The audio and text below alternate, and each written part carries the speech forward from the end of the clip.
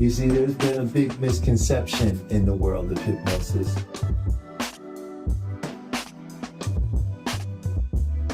Hypnosis is a natural state. It's something we go in and out of all the time. But we can use that state to affect our own behaviors. So this is a do with. I'm going to work with your unconscious mind. I'm going to work with this 88. You're going to work with the 12, right? Because together, when we work together, we can bring 100% of the mind together. That's the power of your own mind.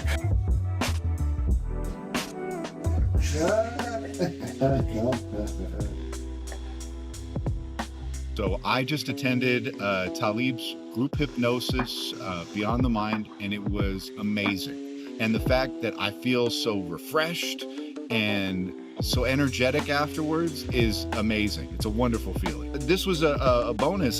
So for the last couple days, I had been experiencing a pain behind my face. On a scale from 1 to 10, not even a 1, more like a dull ache.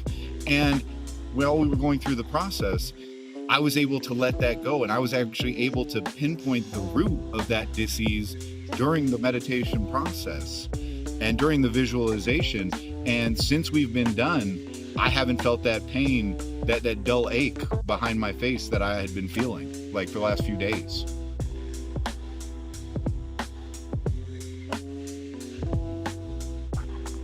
If you're in the Las Vegas area, come and give this a try. It's a wonderful experience, and I'm sure that you'll get some great benefit from coming to do this.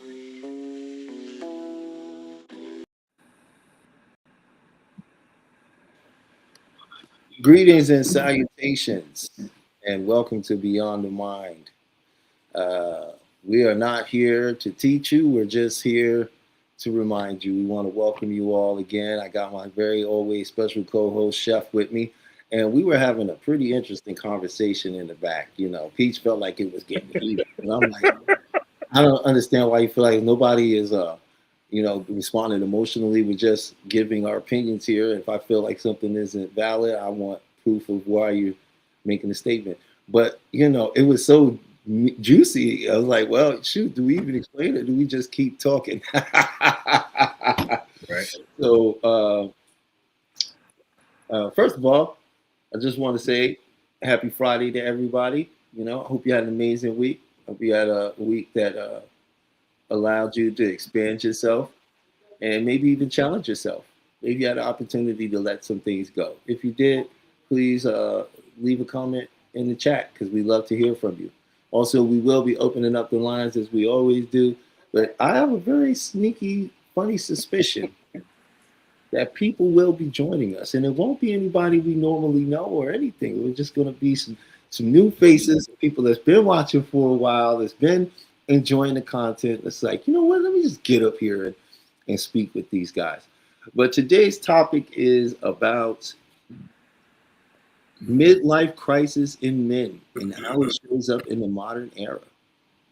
And the reason that we picked this because me and Chef was talking earlier this week, and we were looking at our lives and where we are as men, and it really did bring up some interesting conversation amongst us about the differences of today and how it's showing up in our lives even today, and which made me want to do a little bit more research personally and find out a little bit more about it and see if this is something that is being experienced more vastly. Or is it an anecdotal situation where we're like Jedi, so we're doing some, going through some, I don't know, way of the will force or something. But was that toast? No, that wasn't toast. Actually, if I smell toast, you should call 911. They say if you smell toast, you're having a stroke. Okay, I'm not smelling it, but I heard it. Yeah, no, that's not toast. Okay. Unfortunately, I do love some toast, but yeah, so that's what we were gonna speak about today and get a little bit into, and possibly go back and forth because we have some differences about that, and so if there's men out there that would love to join the Discord about what we're talking about, which is midlife crisis in men and how it shows up in the modern era is not the same as it showed up, say, 30, 40 years ago, or even 25 years ago. Or if you are between the ages of 38 to 55, are you even aware that you're in the either beginning stages or the middle stages or the end stages of a midlife crisis? Are you aware?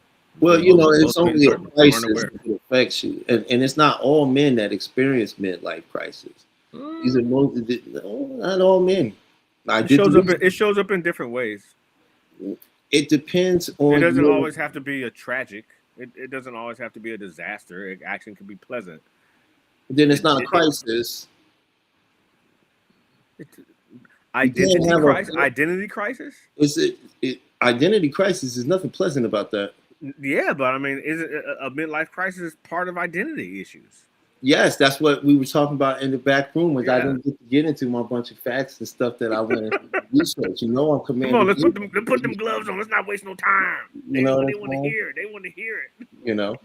But no. We were in the back where he began to speak a little bit. I don't want to talk for you, right? I think that's how real confusion begins. But you could express what you were speaking on. But what I forget the subject. What I was alluding to was that one thing has led to the other. I think I don't actually remember the subject, but I remember what I was trying to do. I was alluding to how one thing was leading to the next thing, and it wasn't that many degrees of separation. So, and I was saying that that my whole point of this whole thing is that a midlife crisis for men it's an identity crisis. It's a psychological crisis of aging, of moving forward, of going. Time has moved so far forward that you are not going back, right? And this causes a person to begin to ruminate and also begin to evaluate existentially the meaning of their life. Yes. And for men, this is intrinsically tied to their identity. So before, back in the 80s and 90s, when a man was going through a midlife crisis, right? What he would do? He would buy a sports car. Brand new Corvette, bro. Right? Try to get him a young girl, right? Drop top, dude. Right. Going to Brazil. Are you crazy? This is what. Jamaica. We talking about the 80s. It was Brazil or Jamaica. That was it. Or Mexico. That was right. And then there was the average man that spent way more on a sports car than he could actually afford. Oh, yeah. End up doing a bunch of things and ruin his marriage, right? Because he can't communicate properly that he's feeling invalidated by his age and where he thinks he's supposed to be. Remember when those drop top Fox bodies first came out? I'm just saying. Every dude in the midlife crisis, they must have sold millions of them cars just midlife crisis. So many marriages ended because of them Fox bodies.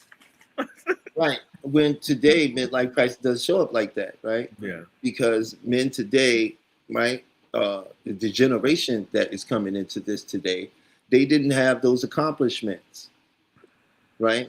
A lot of these men, they went to school, right? They tried to get the good job, get the girl. The marriage failed. The girl wasn't right for them, or they didn't know how to sustain a relationship, right? They couldn't afford a house because the median price of a house is literally 3 times more than when your grandfather who told you to get up, pull yourself up by your bootstraps ever was, right?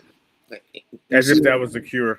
Right, as if that was the cure. So running out buying a brand new fancy cars, the last thing on his mind, society on his mind to some degree has failed him, right? And so what ends up happening to men today, they look internally, they start going into this kind of self-help world and routine of, okay, I'm going to do this and reinventing themselves. You know what I'm saying? So the reinvention is more internalized than the external reinvention men used to do.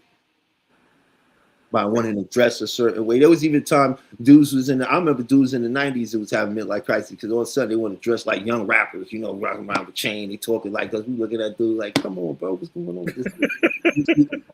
Yeah. Oh, cool old dudes. Like, but he was too cool. His old lady always hollering at him, you know what I mean? He's trying to play video games with us, and hang out all the time and burn blunts. It's like, what is this dude doing? Yeah. You Well, know, so it looks like what I think midlife crisis today looks like is traveling, retreat. Showing that you are in the process or the healing process, but the adventurous healing process. That's kind of highlighted a lot. Adventure. okay, let A me give new you quest. let me give you a little run. I'm gonna give you a little rundown that I put together here of the Yeah. differences. Okay. Okay. All right. You did So here we go. Here we go. the statistics. Yeah. Okay. Okay. I got it. List. I got it here, man. Your core triggers. This was the core triggers in the '80s to 2000. Okay. Boredom with stability and predictable lifestyle. I can see that. I could completely see that. You know why? Because that's when people had corporate jobs. You see what I'm saying? Life Yeah. was systematic. Yeah. So, look at the movie Fight Club. What was that all about, right? Yeah. Present day, 2026. Economic insecurity and the lack of stable life foundations. Yeah. Well, That you I want mean, to talk about economic that insecurity, that's before I damn move near on? 80% of the people. But I mean, and when I did, it just makes it so wild to look at, because I'm like, wait a minute, because everything is so skewed and psyoped in a way where it's like you have to just pick a definitive side to everything. uh-huh. That nuance is left out, right? And in that nuance is many victims, Uh-huh. and nobody really look at how men are victims in this. Yeah, suckers. We are the biggest suckers in this. Sucker deluxes, in fact, because we fell for the okie doke. Or you fall for it, and a man falls for it every day. I don't know. Well, what was the okie doke? What do you mean when you say It that? is the facade of life is better because you do this. This big shiny sign that says, "Oh, hey, come over here. It's great over here. You're in the perfect position to handle this right here. Come on." You know, the things that you typically can't handle when you're younger, or you don't have the financial security to be able to handle it, and then you can finally afford it. And a big shiny sign that says, "Hey, I'm right here. Me, I'm right here." The attention that you never got, that you are desiring to get now. Mm. That's the okie doke. They falling for Yeah, that. the okie doke. Because I mean, you're falling for the facade. Because there should be some sort of realism, and that realism is, hey man, life is fast. Time waits for no one, and your life is limited. And literally at this point, which is you probably when you start to think this way, it's probably about 40, right? When you're like, whoa, where does the time go? Or you're 39, I'm about to be 40. And then you realize like you've been living your whole life and you look up and all these years have passed and a lot of men are like, there's a lot to be proud of. Let's say a lot of people have a lot to be proud of, but then a lot of people don't. And the ones that aren't proud is just like a whole reckoning with yourself. Oh, am I not good enough? Oh, I haven't accomplished this. Oh, I haven't done that. What do I need to do? So there's this all of a sudden this invisible deadline that you put on yourself. A lot of men do because they feel like, oh, I have this amount of time left to really be able to enjoy my life. So in that kind of thought process, you go out and,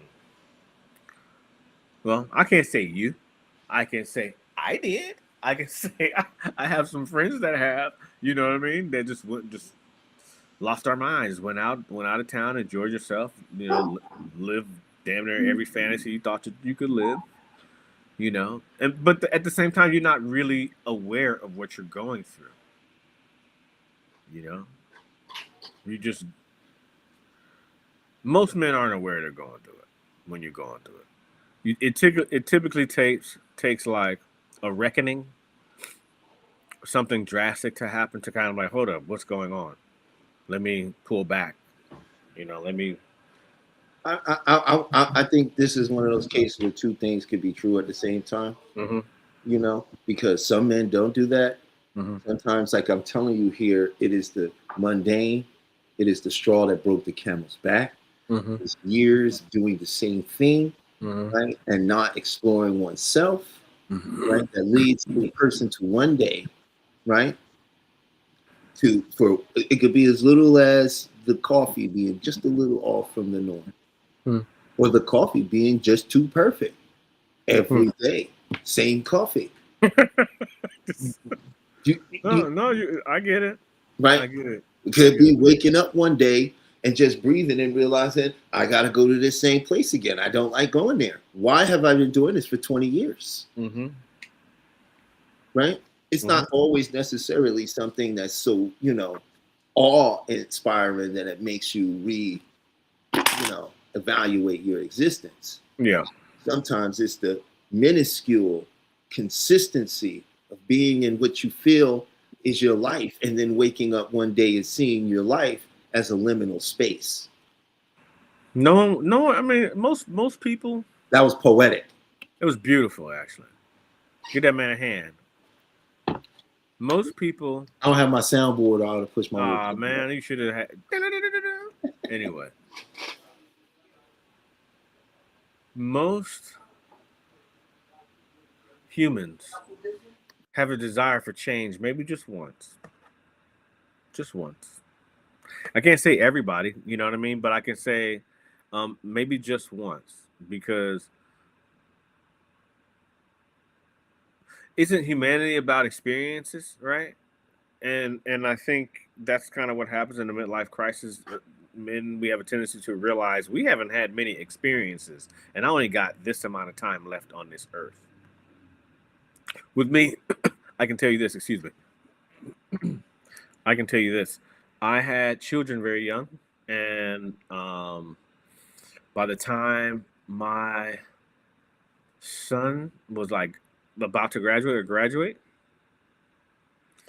that's when I kind of, start traveling a lot and kind of lost my mind a little bit because that was like the first time that I had just an opportunity just to, and not be too concerned. I mean, I obviously had to be concerned because I still had another child, but I didn't have that day-to-day responsibility as I did with my son. And yeah, I mean, it was different because, like how you said, I was living a life of every day going to work, taking care of the fam, going to work, taking care of the fam, going to work, taking care of fam, and I never actually had time to travel, or I never created the time. I didn't create the time until my father passed. And when my father passed, I was in the process of dealing with his death. That's when I realized I was going through another change. And that was like, oh, okay. It's two things, two things can happen at the same time. I was going through a death of my father, also realizing I was going through a midlife crisis, and then understanding that I was going from being the son to now being the patriarch of my family. So it was a lot of different changes at that time. Right, which would explain why you took it so far. You know what I mean? Which is very natural and normal, right? And I agree with everything you're saying. I also know that there's a whole nother set of men out there. You know what I mean? The quiet man, the one that found his place in the world. That what I mean? That also has these experiences that show up. But my point is that I think what you said was excellent, and I think we both agree on how one of the core trigger, the difference in the two. The second thing is the primary expression, how that showed up. And we think we covered that because in the 80s into 2000s, That was an outward rebellion. Yeah, now it's You know, inward, which is beautiful. It's kind of affairs, sports cars. You know what I yeah. mean? And now it's an inward focus on health, purpose, and mental wellness. No, let me ask you this. In this industry that we're both in, excuse me. Is there a sense of arrogance within the industry? Have you experienced that? And have you What do you mean? either What industry? What do you mean? health and wellness in the life coaching? Not I don't necessarily want to say hypnotherapy. I see more of a life coaching, but it's still kind of They are straddles a little bit of what we do. They trying to attach hypnotism to it now. I'm seeing them all try to do it now, and I'm like, oh yeah, but they don't have the full training. No, they didn't go to HMI. Yeah, they don't know. They didn't go to an actual college that is actually credited by the Board of Education. So I guess what I'm saying, the arrogance within the business, within the groups, like, okay, I just saw something the other day, basically saying Indonesia is banning all foreigners from doing events there, and we're talking about retreats. How many retreats does Bali have, right? Mm-hmm. How many? Tons of retreats. So now, and part of the reason why they're banning them is because of the arrogance of the people that have either been coming and disrespecting the land, or just operating business like, kind of shenanigans, or just whatever it is oversaturated and they don't want it anymore. So, and that's what I mean by the arrogance of this sort of industry. Do you understand where I'm going with that? Yeah, you're talking about snake oil salesmen. Yeah, but that's within this, right? And they went anything, oh my gosh, I can't think of his name. He wrote the most famous self-help book ever. Oh my goodness. I know who you're talking about too, because I think I probably own the book. He said Carnegie funded him to do it. What was his name?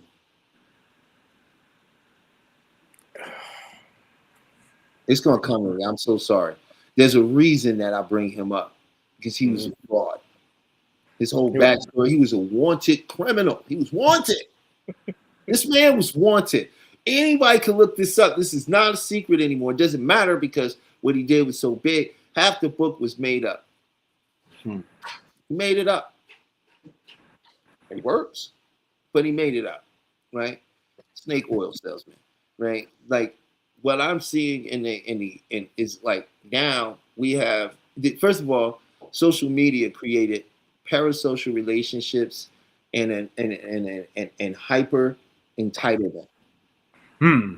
Yes. Yep. That's absolutely correct on what you just said. Right. And if you take those two things together and start telling people, I'm gonna show you how to manage this, your SP, in 5 minutes. Yeah. Right. You see what I'm saying? And then you have people like ourselves, myself, that's been out there. I've been spreading shit. These people watch these kind of things. Other people like myself, other greats out there, they watch these people. They pick up some of the terms and lingos, and they go out and they make 100 videos about it. And they're very confident, right? And they don't have any remorse. They'll tell you they manifest everything they've ever wanted, but they're not in the castle. They're not doing a video from a private jet. First, their videos is always in their apartments. Then the next thing you know, after they you're in a hotel bed. Call it what you want. That's an apartment you don't actually get to believe on. You know what I'm saying? They get them rooms. They sit there. They tell you these things. Then they start their little communities. They build this following up. People start sending them money. They get money. The next thing you know, they going off. They doing talks. You know what I mean? And then we both know that the reason it works is because for a time they used the 3 hypnotic modalities, right? But a lot of times these guys don't use all three properly. So something down the line pierces through their translogic, and then they end up falling apart and disappear. By the time they disappear, it's another one taking their place. You know? So I feel like now everybody's a life coach. I don't mind. I'm not gonna hate or nothing, but let's be realistic here. You know what I mean? I think the people that should be life coaching ain't life coaching. They're too guarded. They've been hurt too many times. Ruined, they have a certain type of homeostasis that prevents them from getting out here in front of new people and trying again. You know what I mean? I think there are plenty of people out here that really need to come up and step up as life coaches, and they're not all doctors or professors. These are regular people that's done extraordinary things and that made it through some incredible things. A life coach is somebody who's supposed to be able to help you with life. That could be anybody. I don't really think you should have to have a degree to be a life coach. That's ridiculous. But most of them don't. No, but they want to hide behind degrees and use these false titles to prop themselves up as the life coach. You see what I'm saying? Opposed to just their story and relying on the credibility of what they can actually do. But everybody's saying the same thing. Yeah, everyone wants to be well and get you better and breathe. Right. And tell you that, you can manifest instantly. Oh, wait. Well, it used to be the barber. We would just go to the barber shop. Pete just said something behind the scenes. I don't even know if I should be saying that, but I just did. We used to go to the barber shop when men needed advice. We go to the barber shop, go get our hair cut, go get a shave, to go talk to the barber.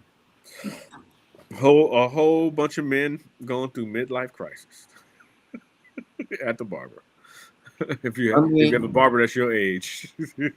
Well, there was brotherhood during that time, and that does not exist in the same way. It still exists, but just not in the same way, because we're not the way we socialize isn't the same anymore. Man, I'm thinking about just how many opportunities I've actually gotten in the barbershop. Man. I'm sorry. Bro. She said something funny though. She said I gotta say it, Pete. I'm sorry. I will say it. She said everyone has always been life coaches. Everyone has always been life coaches. That's true. We called it advice.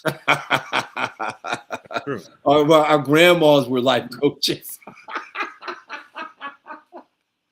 But if a person's advice can turn you into multi-gazillionaire, it's a little bit more than that. She nailed it. Thank you, Peach. That was great. And that's what my point is, and I feel like it's being like, I don't think you could put a hypnotherapist in the same category as a life coach, even though it's different. The outcome they want for you may be the same. Mm-hmm. You feel what I'm saying? Mm-hmm. But one has an infallible structure that they follow, right? And the other is a more individual based and may even be improvised and freestyle. You know what I'm saying? It's based on your experience. Hypnotherapy is based on the practitioner's experience, as well as the quality of their education. So I don't think you can put those two in the same. Like a hypnotherapist can be, they often call themselves a life coach, And in some cases, you could say a life coach could go off and call itself a hypnotherapist. But me, from my training at this point and continue education, I would look at that as sort of suspect.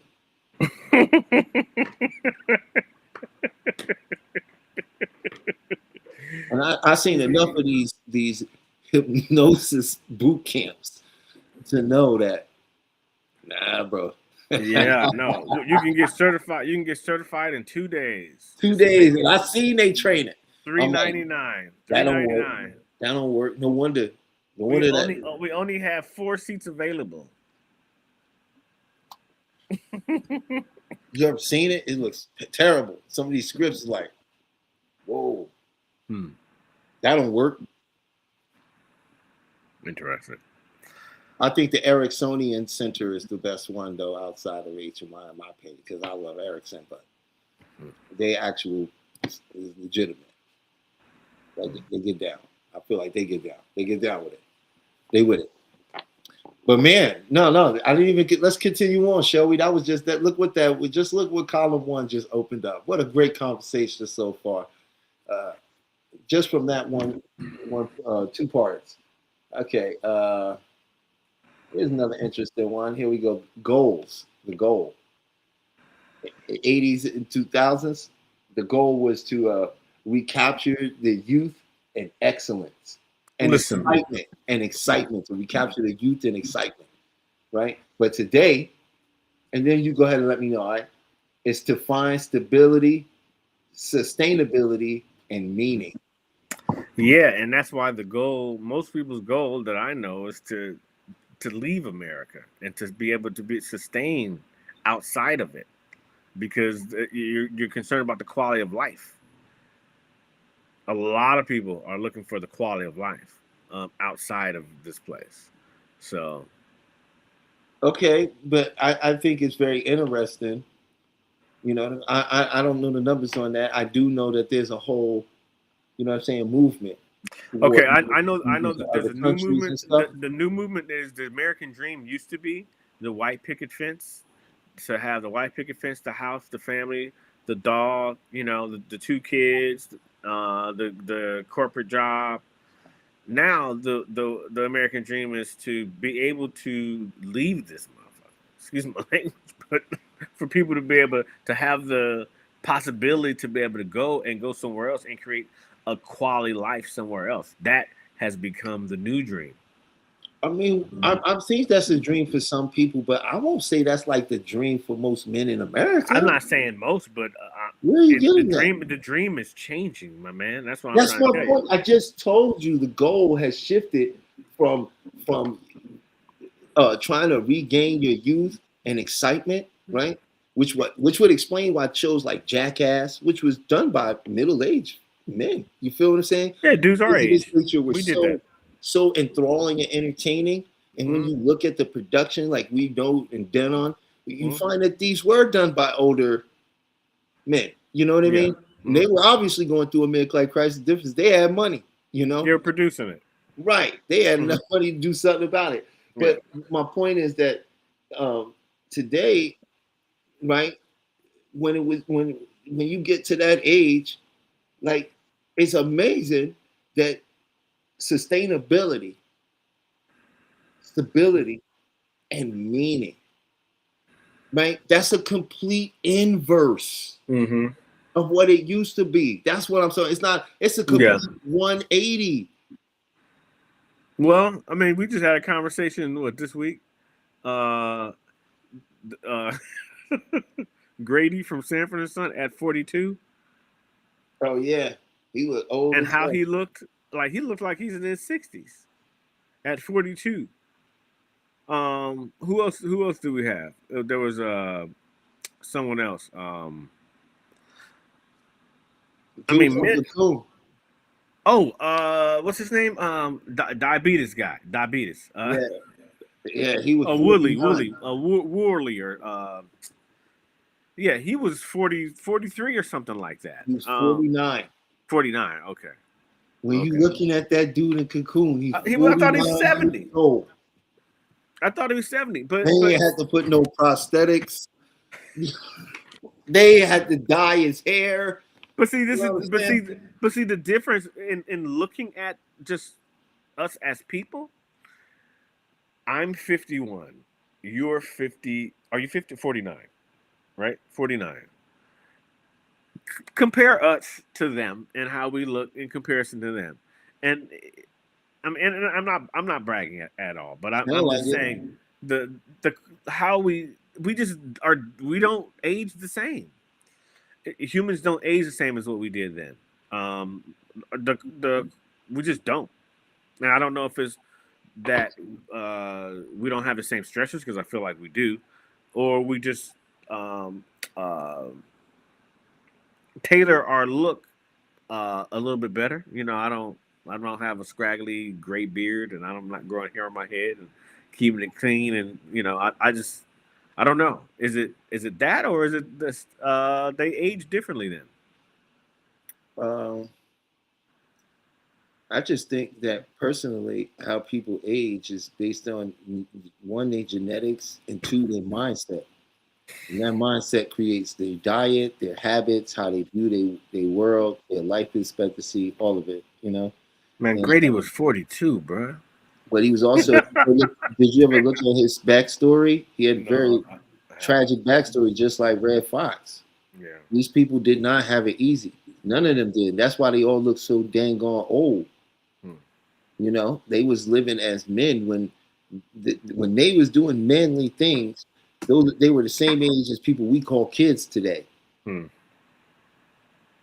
You know, Mhm. and some of these people had jobs and was supporting their family as it was normal by 12 years old. So You know, they was because smoking cigarettes at 7 and 6. because the years of age of expectancy has increased over time. When do you think that their mid-age crisis started? In their mid 30s, 40? That's what this is what I'm saying. Like, I think for them, you know, if you go back far enough, it probably started when they were 27. Yeah, because I mean, there's a lot of bald cats from the 70s, man, in their late 20s, mid to late 20s. Like, man, looking pretty old, Yeah. like receded hairline. I didn't start going bald we until look we look a certain way too, because another thing is that we've been pumped full of preservatives, all the foods, all the medicines, everything yeah. around you is, and the sterileness. This all has a great deal to do with how we're aging. Our bodies are being preserved longer in the ground because of the foods that they consumed over their lifetime. Now that's going to be a trip. I was thinking about that. I was like, wow, I wonder how's the soil going to be with all these chemicals that are going to be dissolving into the ground from the implants to the surgeries to the Botox to What do you mean? like It's already. You ever man, I'm a weirdo. Maybe because I'm really autistic. I just never got diagnosed. But you ever study anything about water treatment? yes, Yeah. yes. You know what they find in your water in your city, in every city of America? Um, no, tell me. I don't want to guess. It's going to tell me. There is readable, testable levels of pharmaceutical barbiturates, Mm. amphetamines. Mm.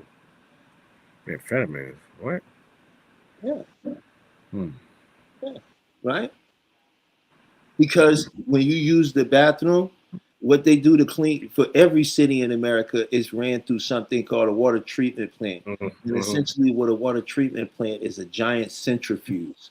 And what it does is it spins the water very quickly, and it has a filtration system, and it mhm, separates the nanoparticulates from the water. Then they treat it with a pH balancer, right? And the things kill bacterium, right? But when nanoparticulates are too small and things like that too small, they get into the water. And as long as the pH balance will read 7 in the treatment system, they leave it in there. It doesn't matter. And they mm, have found it is riddled with medications. It's riddled with mm, suntan oil. You mm. believe how much people put that stuff on, take a shower, and Yeah.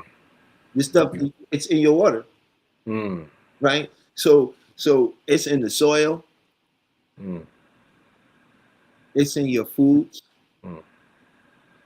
right? It's in such small traces amounts that you'd have to eat a more, an inordinate amount of that food for it that stuff to have that kind of effect on you. But Mhm. it's in your body, and it is having an effect because every time you eat something, your body does this process where it takes it and breaks it down, and then it it stores it in your DNA, right? And then every time, that's how your cells recreate new cells and so forth like that. So yeah, we all lab rats. I don't know how I got there. That must be that. I get it. It had to come out. Moving on. Underlining issues. 80s to the 2000s was for men was a personal psychological crisis of identity. But today, it's a societal and economic crisis manifesting as poor mental and physical health.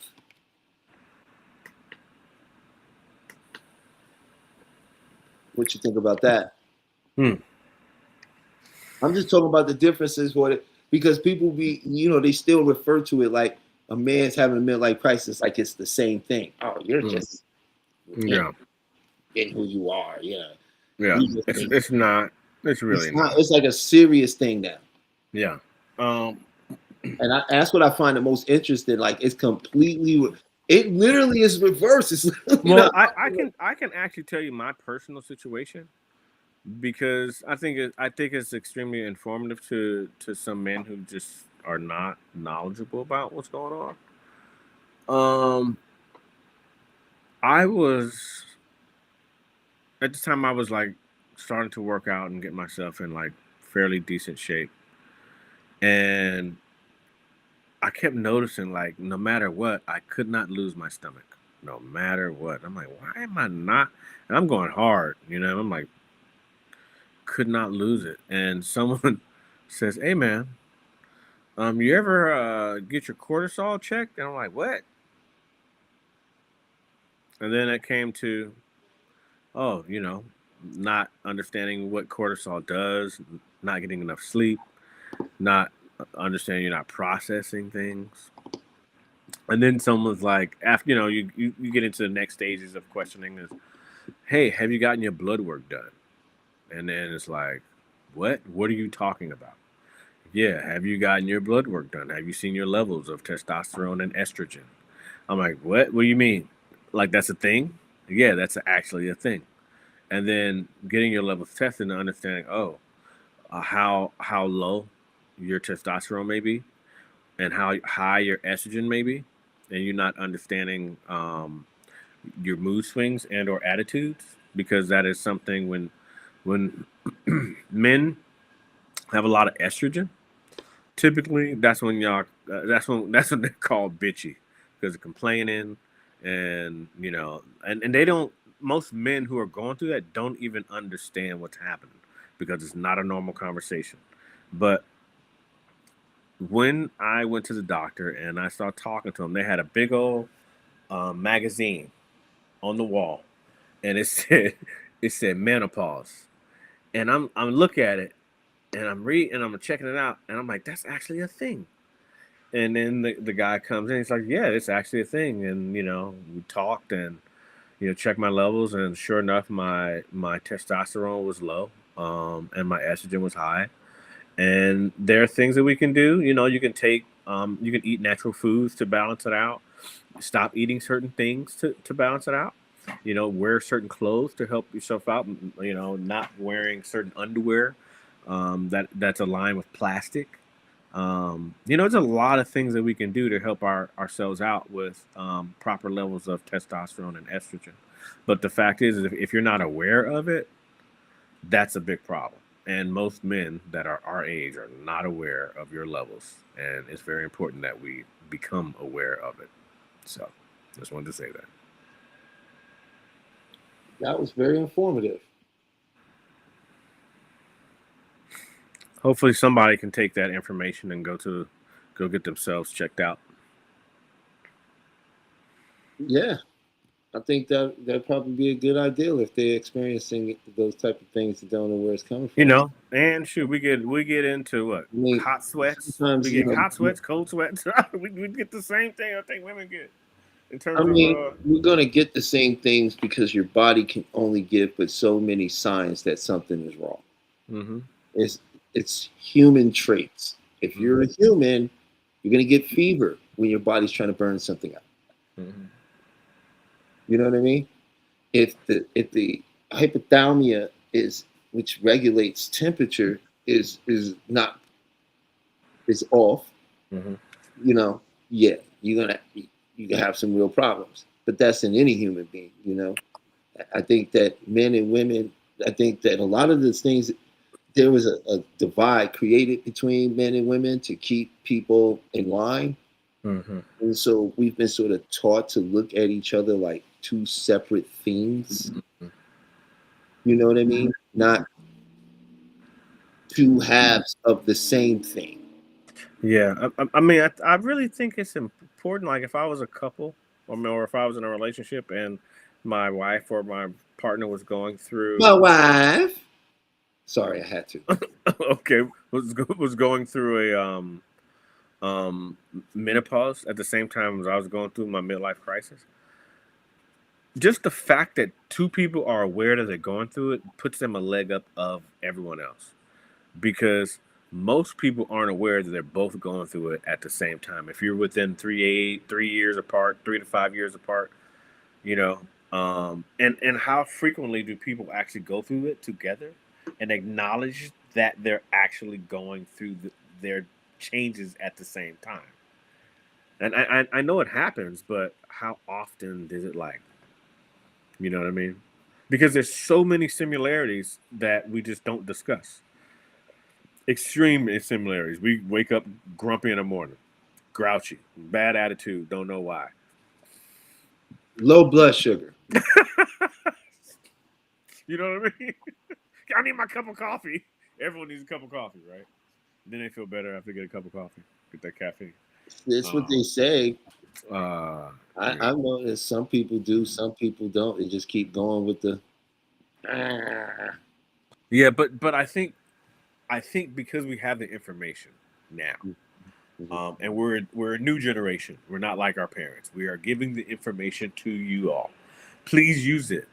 Um, if you are noticing changes and your mate is a few years apart from you, it's a good chance that they're going through changes too. And I think acknowledging each other is just like an amazing thing that you can do. So Well, having more empathy toward the situation always works, you know, and understanding that it's not just some uh, thing that's happening, like that they are choosing to do, you know. yeah, It's an actual thing that can happen in a person's life that can be almost like a biological clock thing, you know. So yeah. I mean, you didn't even have any inclination of it one day, and then, doop, it's there, you know. So uh, I agree with you. I think people would be do really good to work together with each other. I don't think a lot of people understand each other psychologically, you know. Um, I can say this: women have a greater tendency to acknowledge themselves going through a change than men do. well, We have problems acknowledging our change. we have. There's. It's not just because we have problems because they were given to us. You didn't grow up in a society that promoted you expressing your feelings. You know, there's a term for a man that's soft and emotional, right? Or he'll do anything for a woman. He's called a simp. And they got levels to that, right? It's not just the extreme, but there's literally levels to that, right? There's a stick. This is why, and before it was an identity crisis, and now it's a mental health issue, right? Because when you can't live up to the image that's been crafted for you by society, you begin to feel inadequate. And now it's one thing to feel inadequate when you're 26. It's another thing to feel inadequate when you're in your 40s and you know, looking at where you are and feeling a sense of failure behind it, you know? So I think the difference is one that back then men was trying to show that they still got it. You know, I'm still the man. I still could do what I did when I was like 19. I played football. I was the best. Older dudes today do not try to pretend like they really that young. These dudes are writing rap songs about their bad knees. I literally heard one on Facebook the other day. It had me in stitches, man. I'm getting old.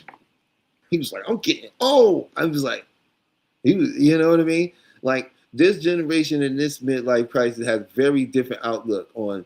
Nobody really likes these kids today, from what I've seen. They keep talking so terribly about them, and I'm like, I don't understand it, man. They are your future. You know what I mean? Mm-hmm. They are the ones you're going to have to do business with, whether you like it or not. Mm-hmm. You know. A couple of days ago, we're going to speak of the younger generation. My son has a group of friends that I've known for a long time, and I've been the quote unquote the cool dad, right? The dad that gets to come and gets invited to all the events and still gets to hang out with them a little bit. But you are so correct, man. Like, it's so important for us to give that generation, because they don't have it. Like, they don't have the we got to learn life by living it. We got to go out and experience, go run the streets, stay out to a certain time. You had neighbors that looked out for each other. You know, there was just a different way of life. I've always tried to make a point to be in my son's life in terms of like, and his friends and his social things, just so they know that, hey, there's one person that you can always rely on, whether it's by conversation or just showing up, right? You can all of his friends can come and ask me for advice, and they do. They're in their own way, right? But it's that generational difference, and most of them are inquiring information about how were things when you came up, right? That's most of the questioning is like, and then when we compare it, I'm like, you guys have no idea how much freedom we have versus what you have, and even at that time, we didn't think we had the kind of freedom that we had. We thought they were clamping down too much. And now we're like, there's no way. There's no way. Right? But as someone who's middle-aged now, it is my duty to let the younger generations know what's coming. Because the people before us didn't. So we have to. We don't have to, but we should, because we have the information. So. I agree with you, but when you're looking at a midlife crisis to this level, it's kind of wild. Well, a lot more chemicals. The cultural view in the 80s and 2000s was, and you're going to agree with this one, it was a cliche to be mocked. I can think of like 3 or 4 comedy movies right off the top of my head that was rightly based off that. Old School being one of them. Yeah. I mean, what Milton Berle used to always have cap for everybody. Like, he wasn't like playing. He was like, stack them up, let's go. And here's the cultural view of it today. A serious, underreported mental health story. How many of those do you know? I'm sure we all know at least one. Exactly. You couldn't even. Your thoughts went. That's I saw it because it's too many to count, and it happens too often now, right? So at what point? At what point do we accept responsibility within our own crises to be responsible for another, like someone else? Or is it? And I know you say everyone doesn't feel like they have to be responsible. I get that part, but for the ones that do, for the people that also feel like they have a lot more empathy than others.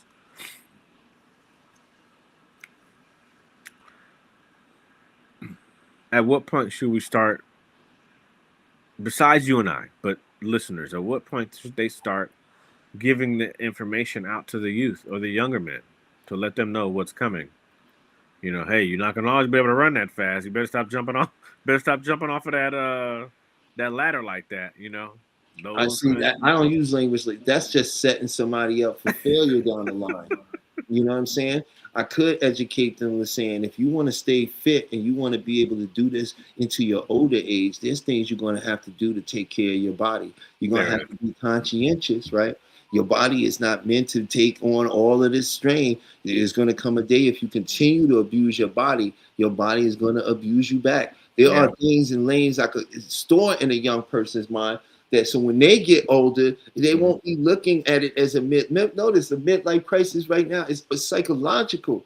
Men say, right? It's not a physical thing. It's It's not. a psychological thing. Oh, you got Men- somebody in chat. Oh, who we got?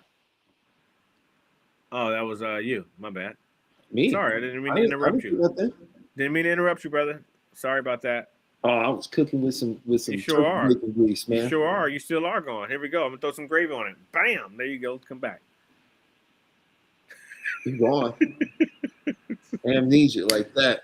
No, you were saying, you know, jeez. It was good though. Yeah, I it know was. that. Peach. Where did we leave They off? ain't to jump in and tell us what we were saying. She's like, whatever. Whatever. My bad, You man. like You was on a roll. hypnotize yourself and remember You was it. cooking with grease too. Uh-huh. But that's what I had for the comparisons on the research that I did. And I just found it was very interesting that it went from this cliche joke to There we like, go. oh, my uncle's going through a midlife crisis. You know what I mean? Look, you got a sports car. Yeah. You know, he hurt himself. Mm-hmm. Yeah. You understand what I'm saying? Oh, Mhm. so and so's not here no more. Why? Oh, bro, you don't even want to know. He was dark. He was dark. He was. I know how to get Peach to come out. I'll be like, I hit reverse psychology. Peach won't come on here. And we'll be like, No. Nobody can tell her what she'll do. Hey, You Peach. said that I'm trying to remember because again, this is old age, right? The memory Oh. thing. First thing to go. First thing to go. But Remember. you said that a midlife crisis is not a physical one, it's a mental one. It's a battle Boom. with your mind. Boom, boom, boom. Thank you, Yes. Peach. Yes, Thank and you. because we are the generation, probably the first generation where it's not physical, where it is mental and only mental, right? But the For physical, men. yeah, for men, for men, because the men of this generation are trying to fight the father time by doing things to try to fight father time, and this is the difference now. You said versus- men are doing things now to fight Father Time? Yes. What you mean? Well, I mean, what do you mean? What I mean? Well, I feel like men before was trying to fight Father Time, you know? Yeah, but it's a lot more different. There's like peptides, there's all kind of stuff people are Well, taking. well, science have come further, Yeah. and the science of men's health has come further. And when you don't put all that time and energy into other people, and you put it into yourself, you'd be surprised at what you would come across, and be able to get and do. Right? Like, I agree with everything you be saying. I'm not disagreeing with this. I'm just expounding on it, like, and adding another layer to it, like saying, you know, hey, well, we do have that too, you know, because I don't think you could take. First of all, men is like this wide net, right? You take out ethnicity when you say men. You take out culture when you say men. Yeah. You take out psychology when you say men. Okay, so I'm gonna throw these things out there that didn't exist before, and maybe they did. We just didn't know about them. Penile enlargement. What you said? Penile enlargement. Right? Penis you enlargement. Oh, I thought you meant like making the jail bigger. No, penis enlargement. That exists now. That didn't exist before. All That was right, dope. I'm trying to be lighthearted today. and I be mean, more, it's just so notice many I things that haven't exist sounded like now a that didn't machine. exist for men before. They had penis enlargement back then. What are you talking about, man? You never Not saw on a Dirty scale- Magazine listen, back not in the on day? the scale of what it is now. All Well, they right. didn't have Amazon then, man. That's not fair. Okay. So then what else did they have? It was You said they didn't Cialis. have it. Cialis and Viagra didn't exist before, right? It may have in a prescription, but it wasn't like it didn't come out to 2000 Viagra. So there's things that this generation has advantages that we're not really aging like the previous generations were, because they have invented things to try to keep us as young as possible for as long as possible. Because they know in men, youth sells. For everybody, youth sells, but specifically men. No. What? Yeah, we try to want to be young. Like we try to do everything we can to maintain our youth. It doesn't show physically, but mentally we try to do things to Like the maintain men our youth. today are trying to do, they're doing something different because they're going within, right? So men today are, if you really looking, is what they're trying to do is when they hit this midlife crisis, they're trying to mature. Yes, but also when you're tapping into yourself, When men back then, they weren't trying to mature. They was trying to return to childhood, which is the opposite of maturing. fantasy, It's the fancy cars and affairs fantasy. versus going to spiritual retreats, meditating, and spending half your time in the gym. The gym is an outlet, is a huge outlet. Yes. Gym I Youth do is see the sold gym. to women like crazy. I'm sorry, I didn't hear you. Youth is sold to women like crazy. I'm in terms of being sold to. I don't necessarily know if men are markets of selling that to, but the idea of us, how we see ourselves when let's say you're working out. No, they sell you physique. That's Yes. not necessarily youth. I Okay. can show you. They call No, them you're right. dad bods. You No, got you're right. dudes that's in their 50s and they pumped up and looking Physique. and they got gray beards. They're Yes, not physique. trying to look young. So they sell They're trying to physique, look yes. the peak of their Life. like Michelangelo. I'm trying to be the Yes. physique and peak of my human ability, capability. That has nothing to do with just youth. That has to do with endurance, ability, and this drive to transform yourself into this image that you see. Mhm. Whereas in women directly are trying to stay young. They're selling youth to women. What adrenochrome? Listen, there are many beautiful, beautiful, amazingly beautiful women in their 40s. But if you go and look into these dating things and listen to these guys and other people who are telling you, they would tell you that these women in their 40s, these beautiful women, are not worthy of being married to because they're too old. I'm not making this up. That's not my opinion. I'm not going to touch this one. I'm going to let that be right here. Listen, you did touch this. Okay? You on that Spider-Man brand new AGS right now. You just uncontrolled. You got you stay up against the wall, man. You got me up. How long this lasts? 2 hours. Oh man. No, but hey, Pete, you can open up the lines. We just got through our first hour. I want to thank everybody. This is Beyond the Mind Hypnotherapy. Hopefully they're enjoying. Masiki and Talib Kern Sr. We're both certified hypnotherapists and still continuing our education with HMI. And we're looking to be some of the people that leave there with some of the highest honors that the place has to offer, and certified in many other modalities as well. So this is a wonderful experience we're having today. We wanted to try something, dude. We listened to the Peach behind the scenes. She like, Talib, you gotta bring it down. So I was like, you know what? I can do that. I don't mind. I can do it. It don't bother me. I don't, I'm like, okay, maybe today we won't, over-inundate you with a bunch of modalities and tools, Maybe we'll just get one of you to come up and we'll share something with you and transfer somebody's life for the day, give them some deep relaxation or something that they can use for the day, just to benefit everybody, How about handwriting, some therapeutic journaling? How about that? That would be awesome because we can just do one thing and we can We just did let that them pick. last time, the springboarding. You know, I'm putting I it. had a question. Right. Uh-oh. All right. So behind the scenes, we were discussing, since we know you guys were talking about cis men, and we have a variety of viewers. How does the midlife crisis show up for trans men, being that they have testosterone and stuff? As we said, it's psychological. It's not a Okay. testosterone thing. That does not. It is one of the effects, right? But low testosterone doesn't necessarily just come from a midlife crisis.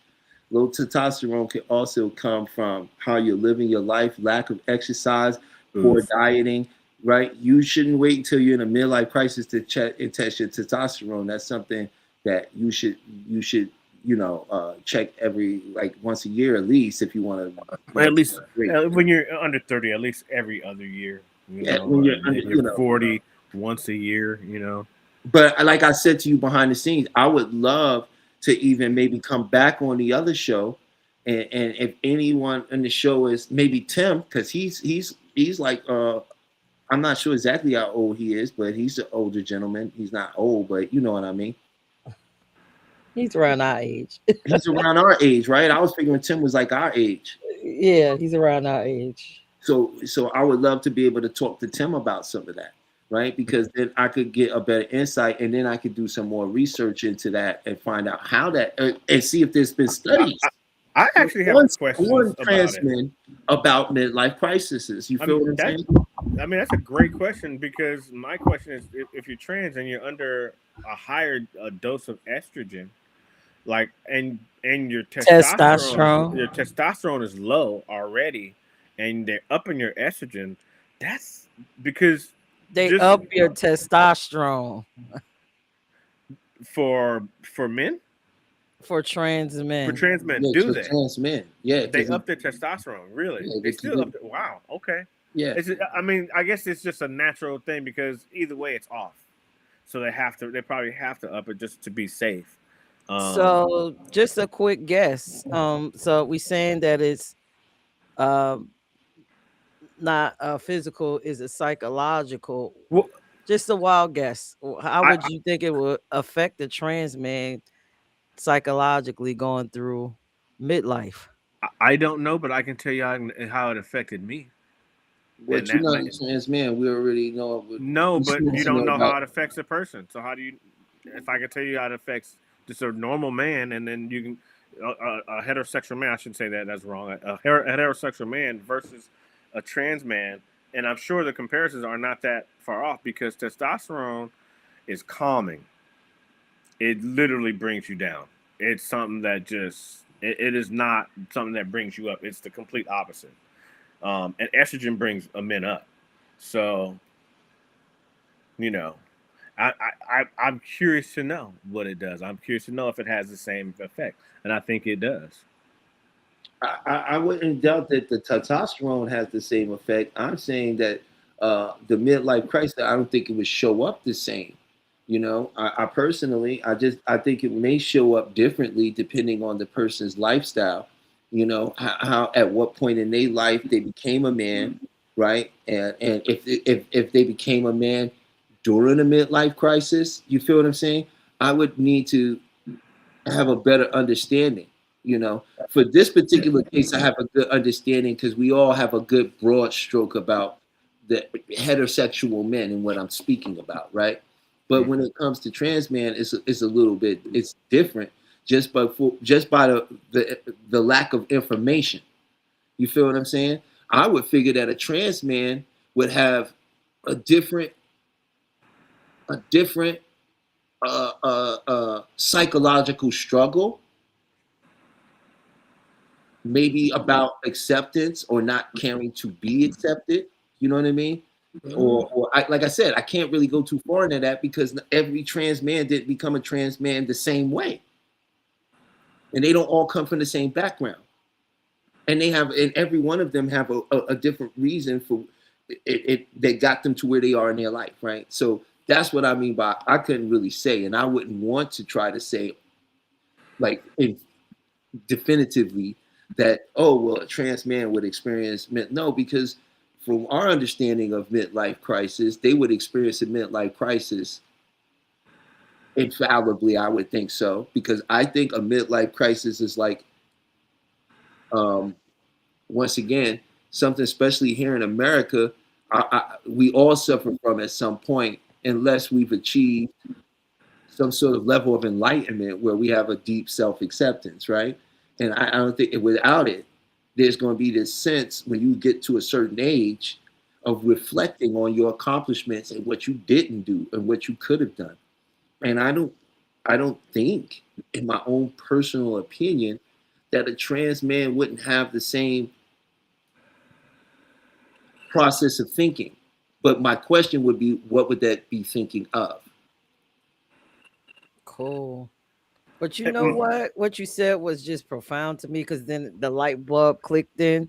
And like you said, midlife crisis is just about you not achieving something in life, or you're not where you want to be. And I guess ultimately just to transition is where they want to be. So they may not even suffer from midlife crisis. I don't know. I mean, this is an extremely interesting subject. But here's what I'm saying. Because it's so intrinsically tied to identity. Right. And it's identity, and they're becoming who they're supposed to be. But there's also two things happening at the same time, because you have just the natural state of men just losing testosterone, and then the estrogen shooting up at a certain age, just that natural state, and then them combating that with other hormones. So you have their natural state that's happening, and then them combating that natural state, and then what's actually happening, right? So that's interesting, man. We should have a show like specifically on this subject. And please if you want to talk about it, like, come on in and like let's jump in, because I think since people don't have subjects like this, it's just new, and this is something that we need to actually discuss, because it's important, obviously, because I'm sure there's a whole slew of trans men that would love to figure themselves out if there was a way to figure this out in terms of having a midlife crisis. I don't know. I think when it comes to this is what I feel like when it comes to certain trans and stuff, when it comes to that, a lot of that, I think it's more the straight people trying to figure themselves out than them. They already figure out what they want. Whether we want to want to say no. That's why I said, like, no, they whatever identity crisis they had led to them making a decision to become who they are. Yeah. Right? And there's a certain type of confidence that's found when you stand up and you do something like that, and you take the heat, and then you make new friends in there, right? And you become someone else, right? Versus someone who's lived a life and only did this and only stuck to the rules. You feel what I'm saying? And wakes up one day and go, who the hell am I? Oh, okay. You're absolutely right. It's like they completely did it a long time ago, so it's not even an issue. You see where I'm coming from, Pete? Yeah, it's like, oh man, fuck that, I'm already here. Like, it's like, like, hey, I've been struggling with. So there is a trans man watching, and he says that, for the most part, you're right, but not entirely right. Oh, come on in. I can't. I know that. Come on in here. I know I don't know. That's why I told you I can't give you a definitive on that. There's too many variables involved in that, and it's not completely the same, right? Yeah. And this is just us thinking off the top of our head, because we don't know. We don't know. But obviously, it was a good, intelligent, pull together, because they didn't say, hey, you wrong. They just said there's more to it. I just think it's important for us to be like, hey, this is a subject matter we've never discussed, and we don't necessarily know, but we do know that it could be this way and it could be that way.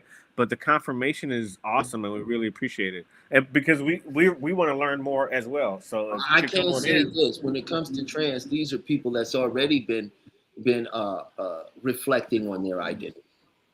Mm-hmm. Right? Many of them have already went through the dark night of the soul, in a sense. right? I think the Might whole not like community. who they are on the other side, but Yeah. they do, and that's what's the most important part, Mhm. right? And so what we talking about is men right now that with the midlife crisis, because only 1% of men are actually really doing well for themselves. Hmm. If you go do some math and look at some statistics, you'll find out that most of the stuff you talk has been curated in your mind from social media, from talking points. They have nothing to do with statistical data. Hmm. The statistics says a very different story. Hmm. You feel what I'm saying? There's and a lot of men are lost, and trans men, or just trans people in general. You have to give them some sort of goddamn credit, man, because at least they are trying to be whoever they want to be. And it seems like most people's suffering is coming from they won't accept who they are. They won't even look at who they are. They're afraid if they even enter into the territory of who they want to be, that the world they feel they curated will completely fall apart and they will fall into the vacuum of space. Now, I do have another question since I'm having all the good questions, right? Are y'all sure that men don't suffer some type of pain or something going on? I know we have menopause, but hurt, y'all back gotta hurt. have something physically that Feet, happens back. during this midlife stuff. Because Well, we first of all, also have the mental and the physical. What You is got- your physical piece? there's Back. back pains, there's Knees. bloating, there's increased chance of diabetes, Swelling of the ankles. that which can be related to diabetes. Gout. Okay, so this is a little funny one. So, Chef, are you going through a midlife crisis with your shirt unbuttoned? Is Hell that yeah. Hell yeah. We about to bust it all the way open. Hey, Well, it's hot up in here, so I'm we about to got call lights him on and Chip stuff like that. I gotta Andale. keep it cool. But hey, I like it. You don't like it? heard? I'm about to call him Chip and Dale. Oh wow.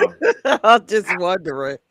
You know what I'm talking about? Yo, they famous. Hey, out listen. here, man. Hey, I listen. bought my first motorcycle out here from a Chip and Dale dancer. Everybody Really? can't wear the little mock neck with a shirt with your flies open. I mean, Everybody can't do it. I'm telling you, man, you looking like $1 million right now. If you would tell me right now, tell us about your course.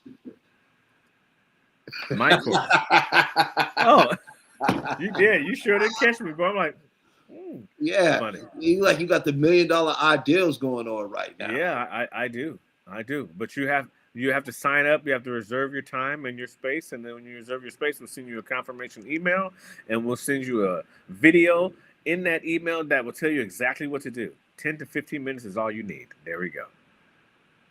There you go. You see that? And that's what an open shirt could do for you. Yo, listen, I was messing around. BJ say nothing. Peace, did you believe that something was being sold right then? Don't you say it. Don't you say it. I gonna say nothing. But yes, it seemed like you was selling something. Something. Don't know what, but it was something, right? I know what you was gonna say. Don't you say it. Selling some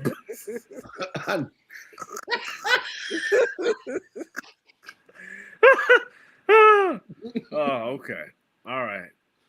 Man, you should tell your friend or whoever it was. I say your friend because your community is your friend, and you got thousands of friends out there. People. No, we need to have an episode, yo, like for real, because I think we just I stumped by what we don't know, and just the fact that we don't know, and we're curious to know. I think that's enough. I want to Peach, hook it up. Look it up, Peach. Tell us. He'll tell us in a straight kind of cold way too. Cool. Tim is kind of Tim. Oh, so you want to have an episode with midlife with LGBT men? Yeah. So you could probably get Tim. Yeah. And I can see if I could find a trans man to come. Yeah, that's on important. and have the conversation. Mm-hmm. Yeah, breaking barriers here, because this is not subjects that are discussed. You know, Make that Well, I brain. don't know about you, but you know, this is stuff that I discuss. I ain't say nothing, did I? You know, Well, hold on. I came Midlife on the cri- show. Well, you discuss midlife crisis.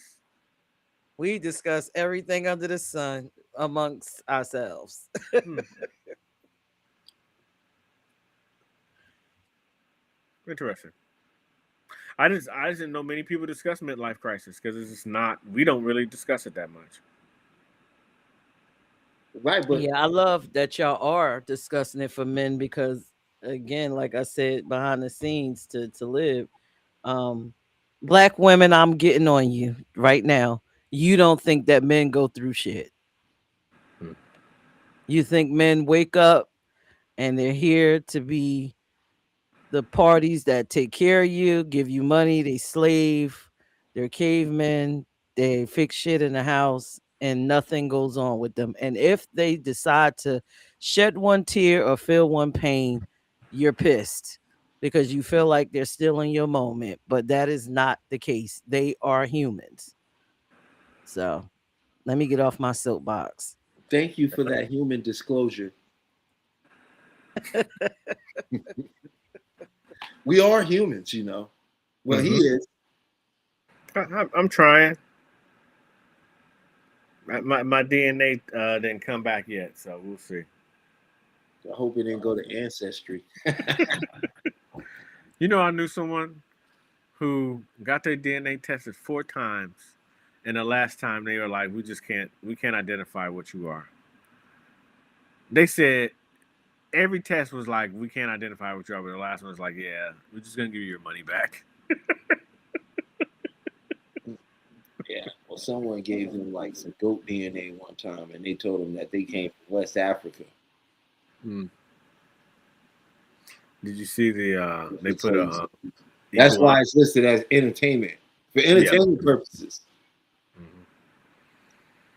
Yeah, it's not even real. It's like, No, okay. learn your genealogy. Don't listen to that stupidness. They can't track your people back like that. That's insane, bro. They have to dig people up for that. You really know how many ancestors you have? That's insane, yo. I don't know, man. Movie logic is leaked out into the real world. Movie logic, yeah. Yeah. So, The lines are open, everyone. what are the plans this weekend? The lines are open, everyone. I'll tell you, the lines are open, everyone, and we would love for you to come up and share your thoughts and opinions. And we want to thank you for listening in. We appreciate you, and yeah, the only way we're gonna be able to spread these messages is if you hit that like button and share, and send it out to the people you know. And let's get this out there. Let's grow this community. Let's grow this movement of positive, true positive change and lasting change through the power of the mind in a sustainable, systematic, teachable way. So, Beyond the Mind and Beyond the Mind hypnotherapy.com is where you can find me. You can always go on there. I also have a nice little video that you can watch at the bottom that I think you'll find very enjoyable and powerful. And there's also blogs that we do and I do that share about hypnotherapy and different and just a bunch of different very cool psychological things you might find very interesting. And you can also find the Beyond the Mind shop there where you can get the Beyond the Mind jackets and coats, hoodies, t-shirts, and sweaters and journals and coffee mugs for the person that says, I don't want to see anything until I have my cup of coffee. And so, yeah. So, uh, lines are open. Please feel free to jump on in. We love to hear from you.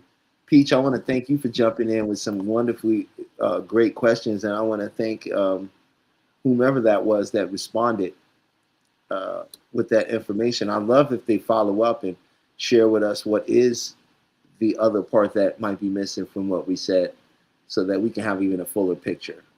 Because we're really here to grow and learn and share what we've been learning, right? That works. Everything we do and share has been tested and it works. It works with the clients that I work with. It works with the clients that Chef works with. And that's what we're about. We're about giving some real tangible tools that actually work, and not really trying to sell you on a pipe dream that, in the next 60 seconds, I'm going to manifest you $1 million. That's not going to happen because you don't believe that's going to happen. You might physically or verbally say that, but there's part of you that's laughing at that because it knows that it's ridiculous, because you're never going to get more than what you believe. And your beliefs aren't surface. They're not the things that you tell other people about. Your beliefs are the things that make you say, I don't know why that happens to me. See, that's your real belief. Your belief is in the things you see in your world. If people aren't doing right by you, that's your belief. You don't believe people do right by you, and you're not going to see evidence of anything else. And even if that evidence presented itself to you, you would still merely vanquish it through the filter of your belief. So what we also want to share is the power of your own mind. And one of the things I want to say about this midlife crisis is when you take the time to begin to identify with yourself, when you take the time to really sit with why you want what you want, to really begin to analyze, are the things that you have and that you are after, are they yours because that's what you've always wanted? Or did you do them for someone else to get the acceptance of someone else? And when you start analyzing and looking out and writing down these various things that happen to you, and you see them in a line, you see them in a consistent, you will see your own pattern. And you will see your own belief. And that's one way you can find your own belief. Right? Because your belief ain't what you say. If it was what you say, we all be rich. We all have the perfect relationship. Nobody would ever screw you over. You don't have no late bills.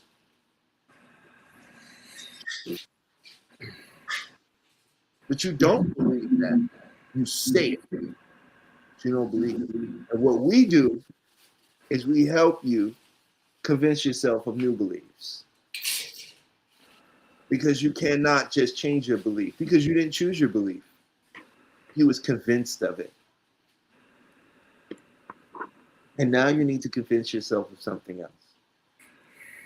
And that's what we do. So this was my little break ad here just to promote our business and the fact that we are hypnotherapists. And my buddy Chef here is as a Reiki practitioner as well. He uses powerful Reiki.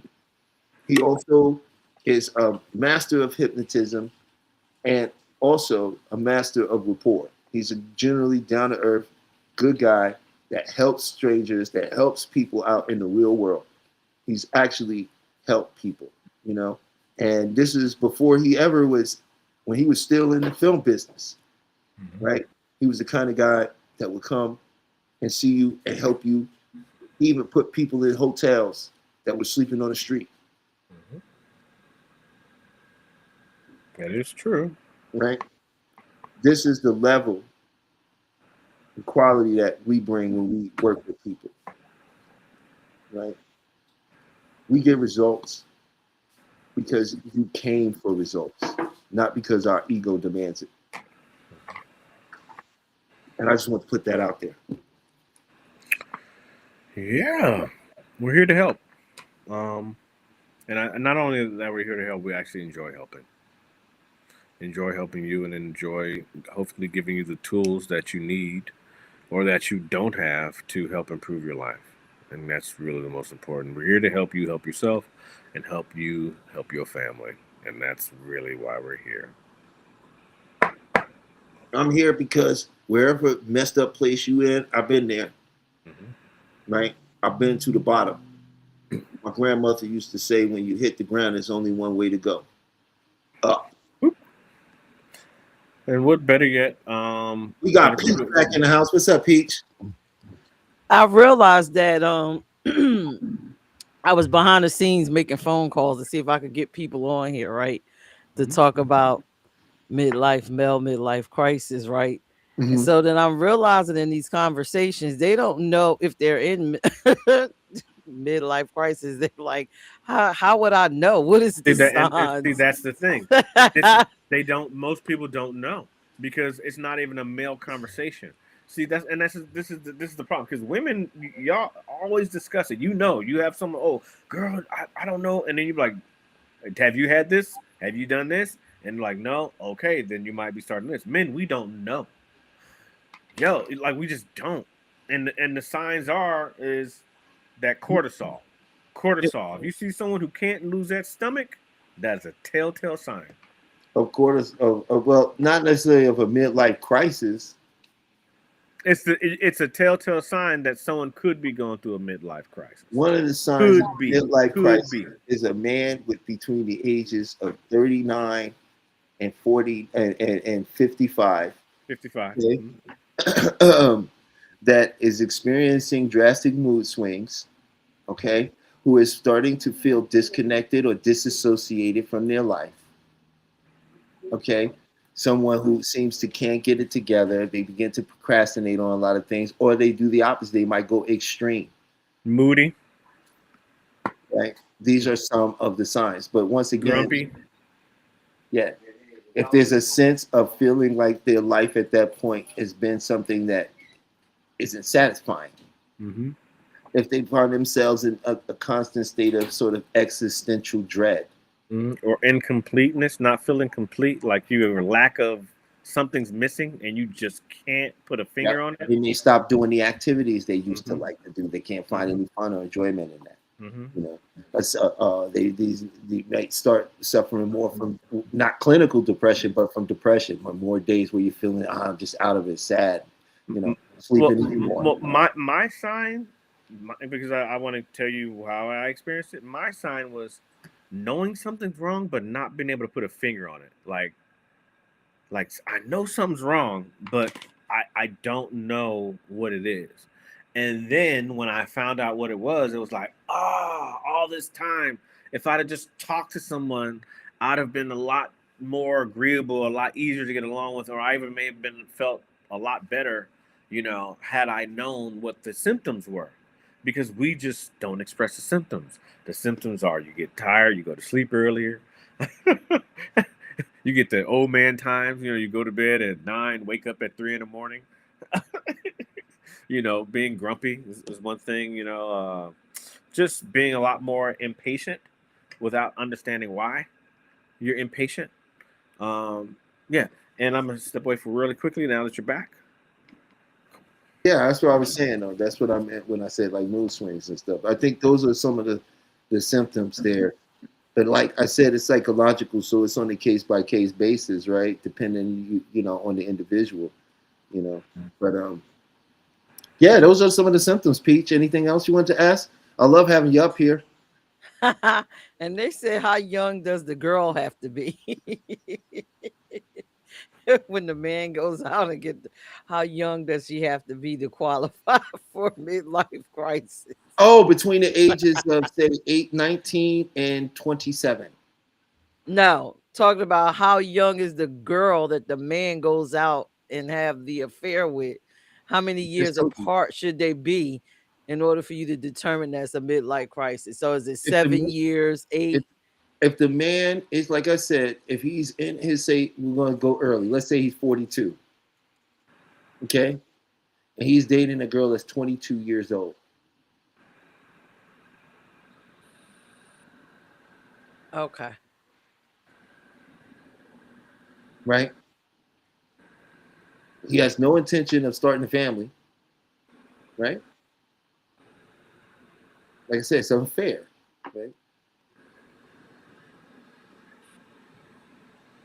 Okay. I think personally, that's why you see so many of these older dudes constantly hollering, "Good, well, that's why you gotta get them when she. I don't want no older woman because she can't handle my babies." And do. But you're like 50 something years old. You still trying to have babies. I gotta leave my legacy. Who are you, Caesar? What are we talking about here? You know, that's just my personal opinion.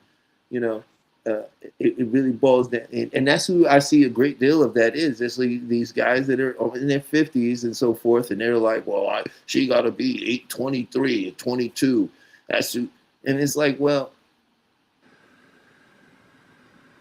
and then the reason for it is, well, older women are what? They're difficult. She's already had kids. You can't have my babies now, and or she's difficult, or she thinks we're not equal. A younger girl is more pliable and willing to work with me, and it's like all these weird reasons. And I think something like to me, that's like a total sign of a midlife crisis, in my opinion. Does that make sense? It does. Ladies, stay away. Run. I mean, there was a time that was no, it wasn't, because at 50 back then, you was like a great grandfather.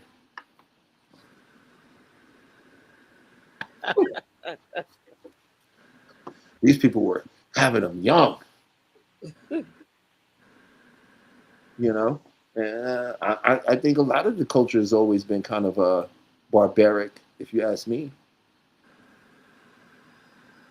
And that's why I wouldn't get in a time machine and go in the past. I'd go to the future.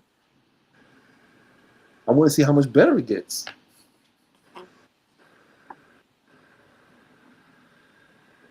But that's just one man's humble opinion, you know.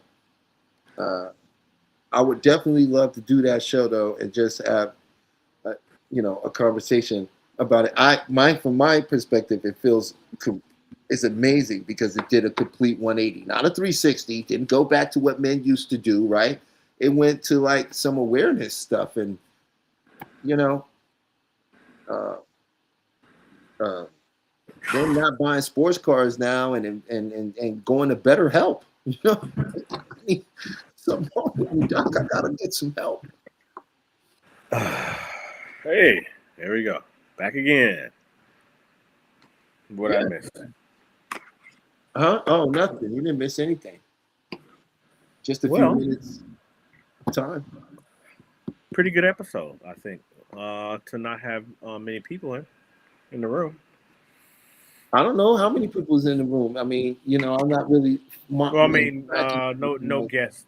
Besides. Oh Peach. well, you know what? I'm gonna keep true to this. I know Peach has been our guest, so we did have a guest. They are watching. They are intrigued. I keep seeing people just watching. Interesting. You blew them away. They don't want to say too much because uncharted territory. It is.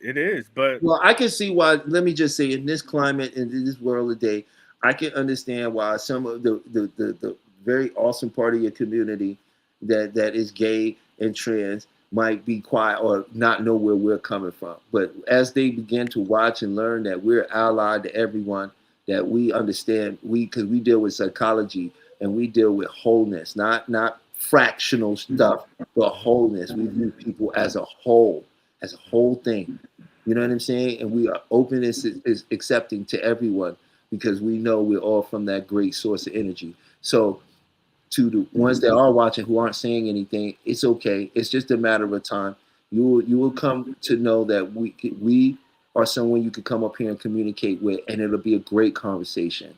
And anytime we speak together, it's going to bring growth and development for everyone involved, because we aren't here for our egos to be fueled. We're here to be of service to humanity, to share actual tools and get into conversations and also talk about things that everyone else is not just talking about. We don't want to be everyone else.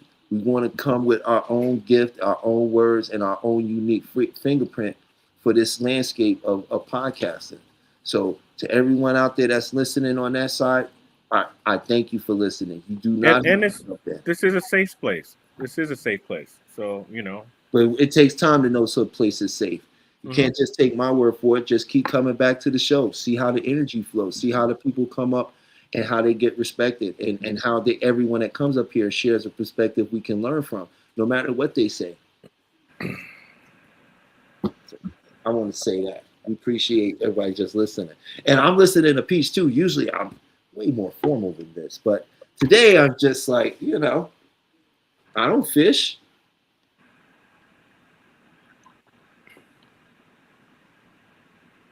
Oh, quiet. Yeah, Oh, I what had a happened? joke about water, but I decided not to tell it. Okay. Yeah, So, I what had an happened? uncle who never drank water. Hmm. Yeah, you know why? He didn't like the taste. No, he said fish shit in it.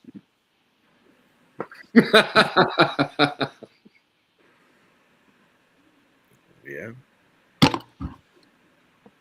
It was a joke, man. Mm-hmm. Still true.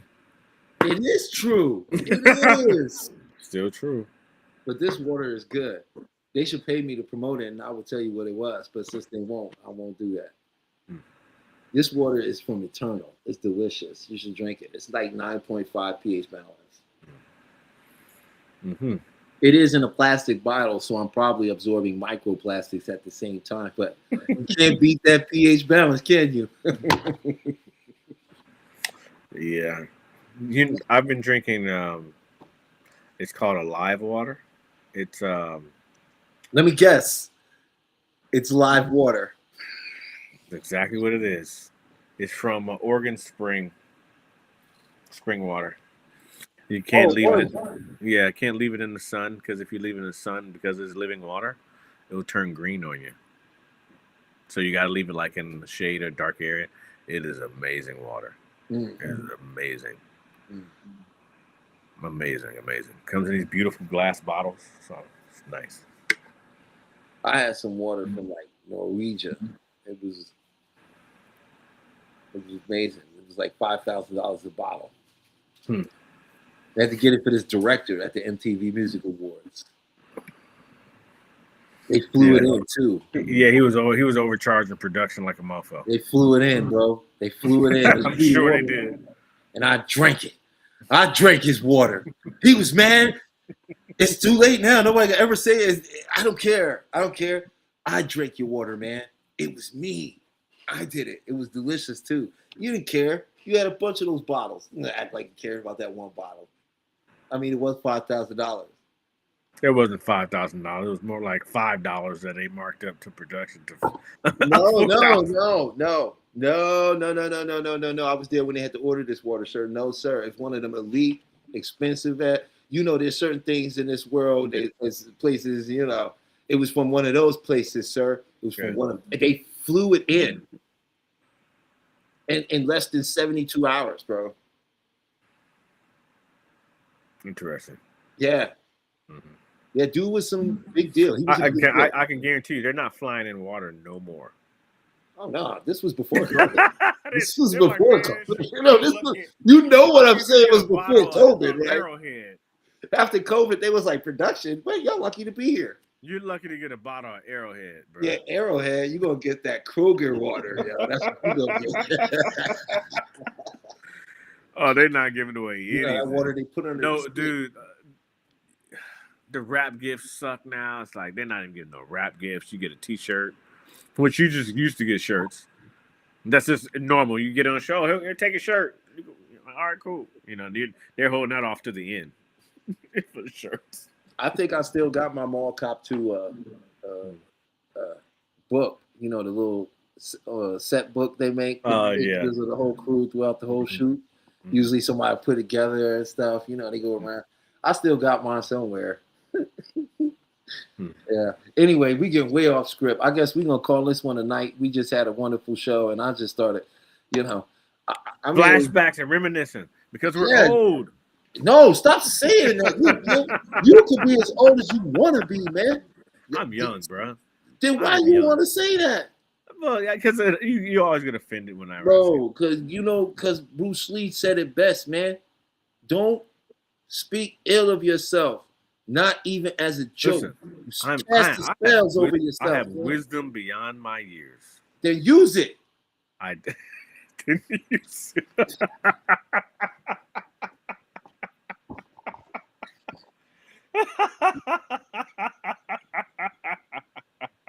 I think I set myself up for that one. You totally here you go. This was like when you first learned baseball and they put the little thing on the puck, and you just sort of got to stand there, And and it's like, T-ball, run. yeah. That's how you just gave it to me. Like, run, Yeah. little man, run. Good times. Well, thank you, audience, for listening to us entertain ourselves, and thank you for another week of Beyond the Mind with Mr. Talib Kearns and myself, Stefan Rasika. It's always a pleasure to serve you and to listen to what Peach has to tell us that you guys say. You sound like Stevie Wonder when you said that. I want to thank you guys. I want to thank you. But we enjoy the time, and I'm going to pass the mic over to Sir Talib Kearns. Thank you so much. I want to thank you, Seth, for joining the show today. It was such a beautiful experience.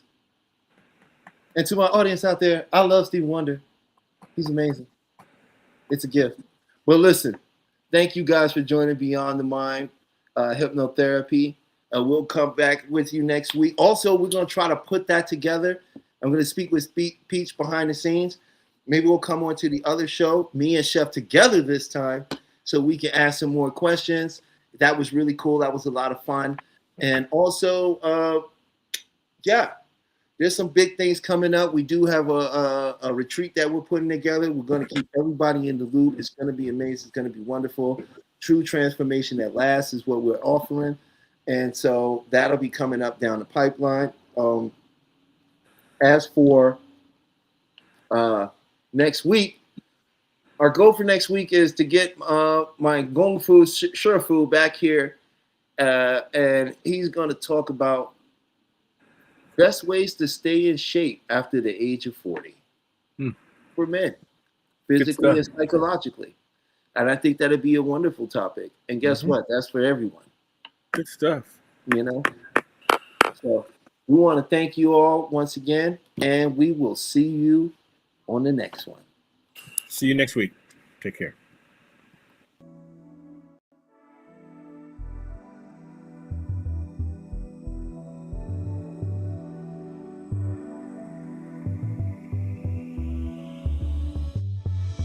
You see, there's been a big misconception in the world of hypnosis.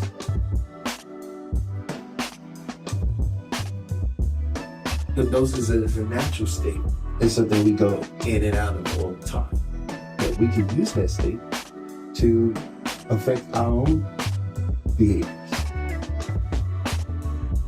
So this is a do with. I'm going to work with your unconscious mind. I'm going to work with this 88.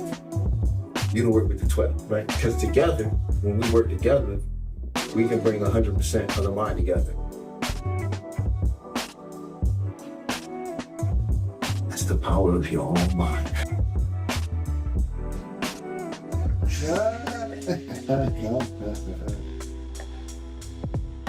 So I just attended Talib's group hypnosis, Beyond the Mind, and it was amazing.